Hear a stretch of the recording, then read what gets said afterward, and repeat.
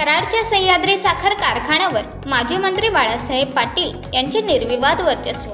सह्याद्री साखर कारखान्याची निवडणूक ही गेली 54 वर्षे अशी अटीतटीची कधीच झाली नाही। आतापर्यंत ह्या निवडणुकीत स्वर्गीय पी.डी. पाटील व त्यांचे चिरंजीव बाळासाहेब पाटील यांचाच वर्चस्व राहिला। परंतु चालू वर्षी या निवडणुकीमध्ये कडवे आव्हान मिळणार हे सिद्ध झाले होते, कारण विधानसभा निवडणूक झाल्यानंतर ही पहिलीच निवडणूक असलेल्या विद्यमान आमदार मनोजदादा घोरपडे यांच्यासाठी ही निवडणूक प्रतिष्ठेची झाली होती। विधानसभेमध्ये माजी आमदार बाळासाहेब पाटील यांचे पराभव करून मनोज घोरपडे आमदार झाले होते। पुढील काळात आपली ताकद दाखवण्यासाठी त्यांना सह्याद्री साखर कारखान्यामध्ये सत्तांतर घडवायचे होते। त्यासाठी त्यांनी आपले पॅनल टाकले व प्रचाराची तयारी चालू केली।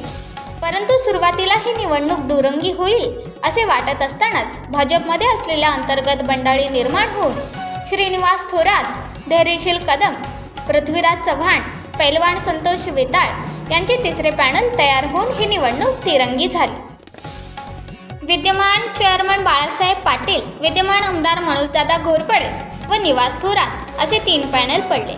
कोणाचे पॅनल निवडून येईल ही शंका मतदारांच्या मनात येत होती, परंतु पुढारी कितीही एकत्र आले तरी मतदाराची मोड बांधण्यात बाळासाहेब पाटील यशस्वी झाले व मतदारांचा विश्वास हा त्यांनी आपल्या मतातून सिद्ध केला।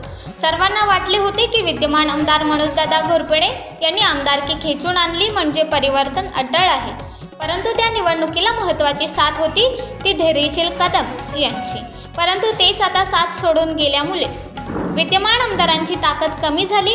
नेमकी हीच गोष्ट विद्यमान चेअरमन बाळासाहेब पाटील यांच्या पथ्यावर पडली व त्यांच्या पॅनलला 21-0 असा विजय मिळाला।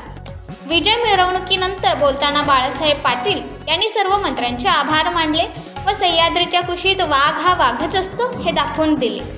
स्वराज लाईव्हसाठी प्रतिनिधी दिलीप फडतरे, सातारा।